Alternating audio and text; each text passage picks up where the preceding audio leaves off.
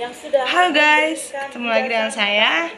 Saya hari ini bakal ngajak kalian nonton film, tapi lewat YouTube aja ya. Ini aku pakai program TVRI.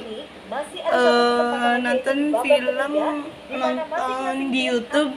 Temanya debat konstitusi MPR tahun 2018 episode final juara 3 dan 4 dari channelnya TVRI Nasional.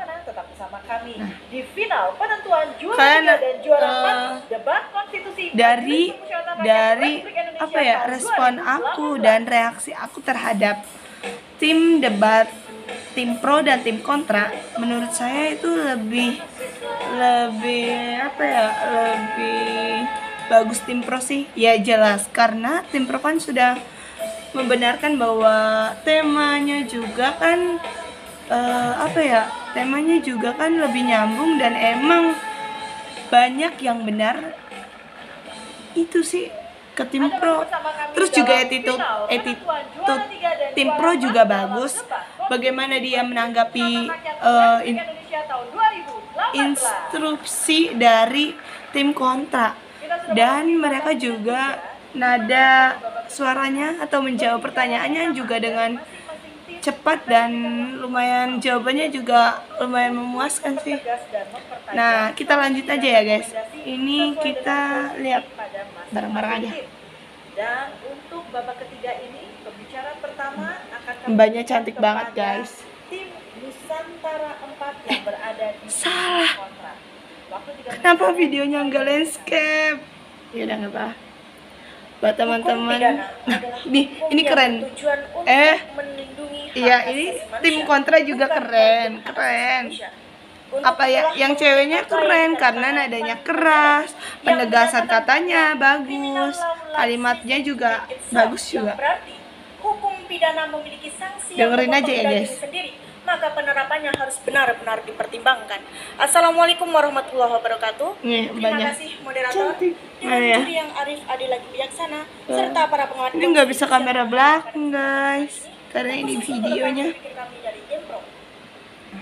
Dalam closing statement kali ini, saya sebagai pembicara pertama akan menyampaikan beberapa poin penting argumentasi tim kontra namanya Mbak Dewi Muniarti. Perdebatan kali ini yakni pencabutan hak politik mantan narapidana korupsi. Poin yang pertama, Dewan Juri yang terhormat, apabila kita berbicara mengenai hak asasi manusia, maka sejatinya hak politik sebagaimana yang disampaikan oleh John Locke dan Rousseau, bahwasanya hak politik meliputi kesamaan hak, hak atas kebebasan, hak untuk memilih, termasuk juga hak dalam pemerintahan. Untuk itulah, hak memilih dan dipilih dalam jabatan publik dapat digolongkan dalam hak atas kemerdekaan berpikir dan hati nurani. Hak atas kemerdekaan berpikir dan nurani termasuk hak yang tidak dapat dibatasi. Dewan Juri yang terhormat, jika kita berbicara tentang efektivitas dari pencabutan hak politik itu sendiri, bahwasanya tim pro mengatakan bahwa dengan pencabutan hak politik mantan narapidana korupsi dapat meminimalisir jumlah korupsi yang ada di Indonesia. Cowoknya juga namun nyatanya, berdasarkan data yang kami input, terjadi kenaikan 22% terhadap kasus korupsi itu sendiri, Dewan Juri yang terhormat. Kemudian Dewan Juri yang terhormat, apakah logis dan kami pun menjadi kebingungan di saat tim pro menyatakan di antara dua pencuri sama-sama mencuri, apakah menjadi poin penting bagi hakim untuk memidanai dan menjatuhkan pidana kepada ngomongin tentang korupsi di depan para. Namun jika begitu itu sih ya, aku enggak ngomong kayak gitu. Aku masih cari aman, soalnya aku masih maba semester 2, mau semester 3. Jadi kita tonton aja ya guys. Nanti kita kasih apresiasi dari tim pro dan tim kontra. Hak politik tersebut, Dewan Juri yang terhormat. Hal ini menyebabkan tim pro ambigu terhadap argumentasinya sendiri. Poin yang selanjutnya adalah berbicara mengenai hak asasi manusia dan negara demokrasi yang kita terapkan pada hari ini. Hak untuk memilih dan dipilih adalah hak yang sangat layak dan sangat baik dan sangat kita pertimbangkan dalam negara demokrasi, di mana kita harus memikirkan rakyat itu sendiri, Dewan Juri yang terhormat. Untuk itulah kami menutup dengan sebuah yang saya kutip dari Iya, Oscar Wilde kita yang dengerin, menyatakan guys. bahwa setiap orang belum tentu baik, tetapi selalu ada kebaikan pada setiap orang. Jangan terlalu cepat menilai seseorang karena setiap seorang yang suci pasti punya masa lalu dan setiap pendosa pasti punya masa depan. Terima kasih. Wassalamualaikum. Baik, terima kasih banyak Tepuk tangannya kepada dong. pertama tim Nusantara 4 yang berada di kubu kontra. Dan langsung saja kita akan menuju Kalau insya Allah aku pertama ada dari rezeki Nusantara lagi, aku pengen S2 ngambil hukum. Waktu 3 menit Anda dimulai dari sekarang. Doainnya guys. Sebagai yang nulis, Buat teman-teman yang lihat video ini, coba dong like, komen, dan subscribe aja. Komen apa aja deh. Mau hujat boleh, tapi jangan dihujat ya. Gak boleh, dosa loh. Tim kontra yang senantiasa kami banggakan serta kaum intelektual muda pemerhati hukum dan konstitusi yang berbahagia. Setelah usai perdebatan kita pada Nih, kesempatan Mbak ini kali cantik, kami penegasan menyampaikan kalimatnya bahwa juga sistem bagus, terkait emosi perdebatan. nadanya juga Sebelumnya, pas. sebagai dewan juri yang Tuh, kami hormati, tadi sangat tuh Mbak disayangkan siapa ya ketika namanya? bentuk konsider kami Dari mengatakan, tim pro. ketika hukum pidana dipandang tidak dapat menjadi satu-satunya cara untuk Tim pro tuh tetapi justru menjawab yang diutamakan dari untuk tim masalah kontra tersebut. itu Hal dengan inilah yang baik, membuat kami semakin tidak mantap emosi, menjadi yang setuju santai dan aja emosi jawab, perdebatan. tapi Sidang santai dewan juri yang tapi kami hormati, Indonesia, kalimatnya hak politik tuh dipandang berbobot sebagai hak gitu. konstitusional yang Sedangkan tim particular kontra artinya kalau tidak ngejawab berkait itu karena emosi. terdapat pembatasan-pembatasan Ya terhadap mungkin hak ya. tersebut. Apalagi tuh Sidang dewan juri cowok. yang kami hormati, Masa cowok nggak mau kalah sama tindak pidana korupsi merupakan cewek? kejahatan luar Tapi ini biasa kan yang ini hingga cuma hari debat ini doang. Barangkali dalam dunia nyatanya juga emasnya baik hati. Justru sidang dewan Nah, juri yang kami lihat hormati lanjut akhir aja. hari ini semakin menjadi-jadi dengan adanya peringkat Indonesia peringkat 96 Indonesia di dunia sebagai negara terkorup di dunia. Untuk itulah menjadi tugas kita negara bersama terkorup, untuk menemukan guys. solusi yang terbaik untuk menangani Makanya adanya dari kejahatan kecil luar nggak biasa boleh yang korupsi dialami sama oleh orang tua. Nanti politik besarnya bagi mantan tuh narapidana korupsi. bisa apa ya, Sidang Dewan Juri yang merugikan kami hormati, masyarakat mengapa masyarakat. pencabutan hak politik ini Itu perlu loh. diterapkan. Terus Karena juga sejatinya pidana kata pokok yang selama ini dosen diterapkan aku tidak bilang membuahkan hasil kalau kamu yang mau menekan menjadi angka korupsi maling di Indonesia. sekalian Kemudian sidang aja Dewan Juri yang jadi kami hormati, dengan menambahkan pencabutan maling hak politik ini, yang kami akan berdasi. memperkuatnya di Nah dalam itu kan undang-undang tindak pidana korupsi, sehingga eksistensi kata dari dosen aku pencabutan sih hak itu politik tuh ini dijamin kayak dan sekalian diregulasi aja secara kalau hukum kamu dan mau jadi kepastiannya. maling jangan Kemudian sidang setengah-tengah, Dewan Juri yang kami kamu hormati, harus pencabutan cari hak ilmu politik dulu, mantan harus narapidana sekolah. korupsi sejatinya Kan dibatasi oleh kurun waktu. itu tuh kan Dan yang ya membatasinya apa ya, adalah lembaga jelasinnya gimana, kehakiman. takut salah Kami mempercayai ngomong. adanya kebijaksanaan hakim. Itu tuh kan Kebijakan hakim gitu ya, dalam apa hal ya ini. namanya, Sehingga kita tidak si perlu menghapuskan pidana pokok. Justru rata-rata kami kan akan korupsi memperkuat kan pidana pokok punya dengan jabatan tambahan yang terhadap tinggi, pidana tambahan yang pendidikan yang politik bagus, terhadap mantan tapi narapidana yang diatur oknum-oknum lebih jelas di tersebutlah dalam yang Undang-Undang Tipikor.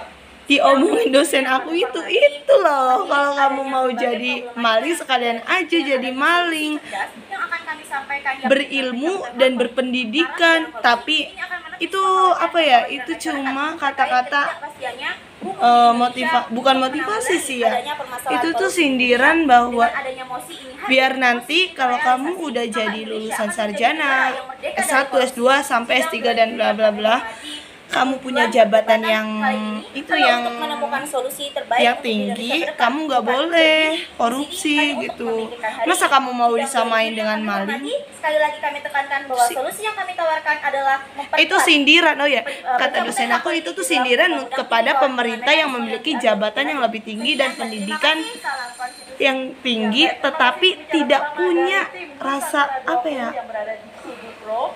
dan hadirin serta pemirsa tidak punya di apa, rumah, coba dong Pak. kita telah memasuki babak ketiga yang berisikan solusi dan rekomendasi. Ini solusi dan rekomendasi. Udah ya, tadi udah kebahas itu. Mari kita lanjut lagi nontonnya. Nonton apa? Ini dong. Mbaknya cantik, Mbak. Ini tuh host. Juara 3 dan juara 4. Nih, ini final juara 3 dan 4-nya ya, guys. Mengenai mosi perdebatan kita pada hari ini, yaitu pencabutan hak politik mantan narapidana korupsi. Oke guys, saya udah berubah. Ada Ini pakai perdebatan kerudung, hingga tadi belingsang dan KPU lanjut ya. Ini mengambil inisiatif. penilaian dari jurinya. Padahal dalam vonis juga ya sudah disampaikan ya, di vonis hakim itu sudah disampaikan, misalnya di vonis sekian tahun pokok kan, ditambah dengan dicabutnya hak politik itu Nah biasanya itu 5 tahun ke atas itu dicabut hak politiknya. Kalau vonisnya sampai 5 tahun. Jerawat aku banyak Tapi guys. kalau 5 Bekasnya. tahun ke bawah tidak. Rekomendasiin dong. Tapi saya tidak bicara panjang ke arah sana.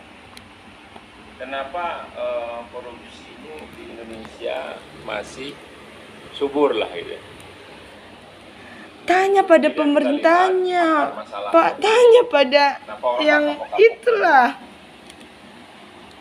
Mungkin, ini sudah tapi mindset kalau kita diomongin sih ya, masih kenapa korupsi di Indonesia itu semakin banyak?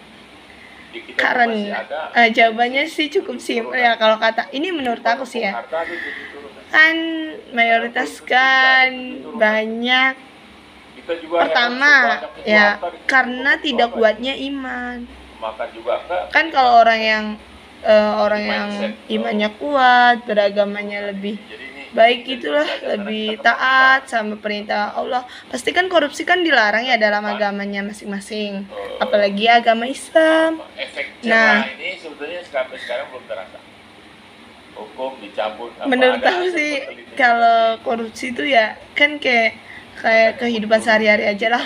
Misalkan ya contohnya saya nih, saya diangkat menjadi kepala DPRD atau ketua jabatannya lebih tinggi, dan itu tuh tahu uang. Kadang kan di pemerintahan kan ada uang 1 M, 2 M, 1 triliun atau apa. Nah, manusia itu kadang hilap, guys. Ngelihat uang banyak, maka mereka melakukan tindakan licik, yaitu mengambil uang pemerintah.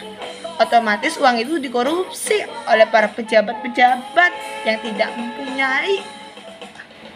Itu dah. Gitu. Udah dulu guys, ini sudah selesai. Waktunya tidur. Jangan lupa untuk like, comment, and subscribe. Bye-bye.